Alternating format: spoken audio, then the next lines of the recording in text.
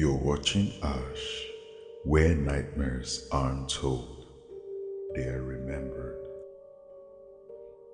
This is the story of a field trip that never should have happened.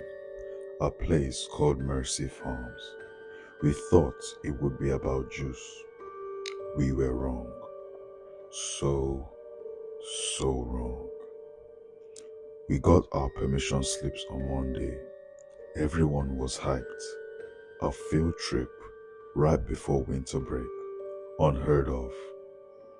Mrs. Clearfield said we were headed to Mercy Farms, a juice supplier no one had heard of. Even my parents were weirded out by how sudden it was. But I didn't care. I was benched from hockey with an injury. Anything was better than being home. Mrs. Clearfield assigned seats that morning. I got paired with Grace, blonde, cheerleader, way out of my league. She looked like she'd rather sit next to an open casket. Then we were told the ride would be 9 hours. 9 hours to a farm. I thought it was a joke. It wasn't. The first few hours were chill. Snacks, dumb games. Then the trees came. Thick forests on both sides. No signs, no service, just owls. Perched like statues, all staring down at us. Grace whispered, "Does this seem weird to you?" "Yeah," I said. "Really weird." Ben, up front, asked to stop for the toilet. The driver, a man none of us had seen before, didn't turn around, just said, "No." That's when I looked at the mirror. Brown hair, beard, black uniform, eyes that didn't blink. When he met my stare, I looked away, fast. By hour 7, Charlie stood to stretch. Mrs. Clearfield barked, "Sit down or 3 months detention." It wasn't her voice. Not really. That's when I first thought, this isn't right. Then we saw them. Scarecrows, one after another, between rows of corn. Each one was off, different, swaying even when there was no wind. I leaned toward Grace. "You scared?" She nodded. "Yeah, you?" I didn't answer, but I was. By hour 8, everyone was pale. No one spoke. Then Mrs. Clearfield said, 30 more minutes. The town that appeared didn't feel real. Vintage signs, old grocery store, empty diner. No people, no cars, just shadows in windows, watching. We passed a sign. It read, "Camp Mercy Hollows." The bus slowed.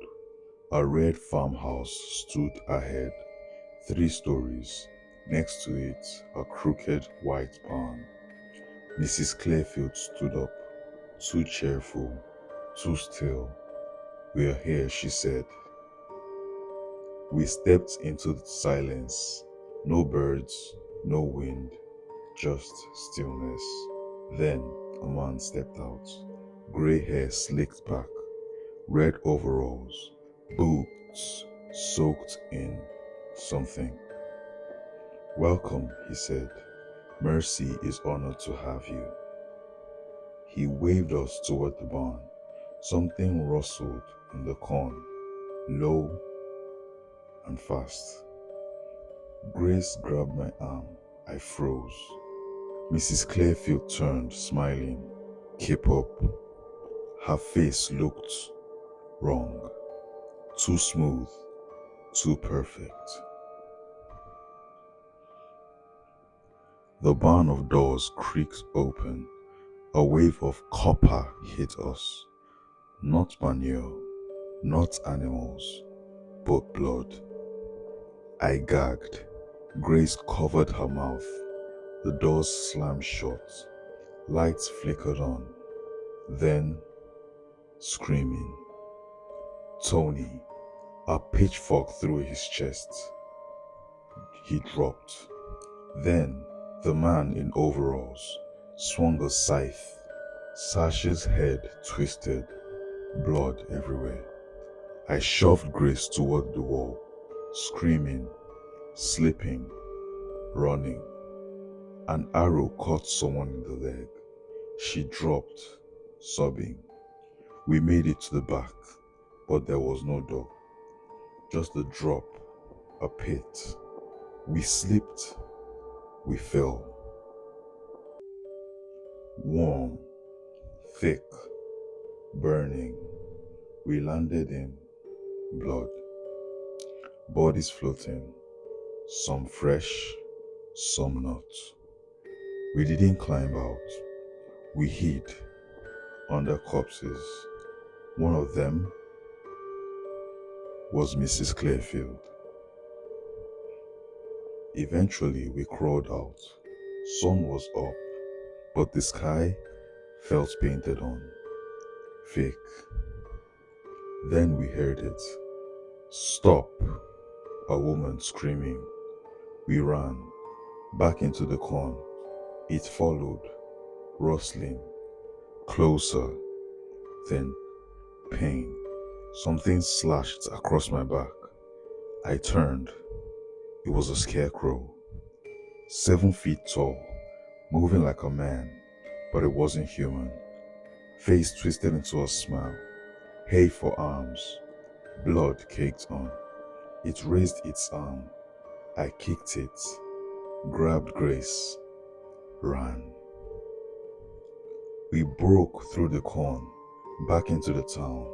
It stopped, stood still, like it had never moved. We ran to the diner. People were eating pancakes, like we didn't exist. We were bleeding, begging. The waitress just poured us some water. Then the sheriff came in, old, worn, and calm. You kids from that field trip? We nodded. He slid $600 across the table. That's for food, somewhere to stay, and the ticket out. There's been a murder, I shouted. I know, he said, and no one's coming. Mercy isn't on any map. We were shut down decades ago. If you're smart, you won't remember this place either. The bus leaves in 30 minutes. We sat there, shaking, bleeding. Nobody looked up. Grace whispered, "Let's just go," and I nodded. We got on the bus, same black suited driver. As soon as we crossed the town line, my phone buzzed. I opened notes and wrote this down. If you ever get a permission slip for Mercy Farms, don't sign it. Don't ask questions.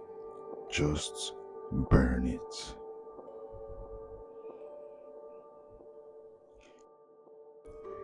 Ash. Subscribe while you're still breathing.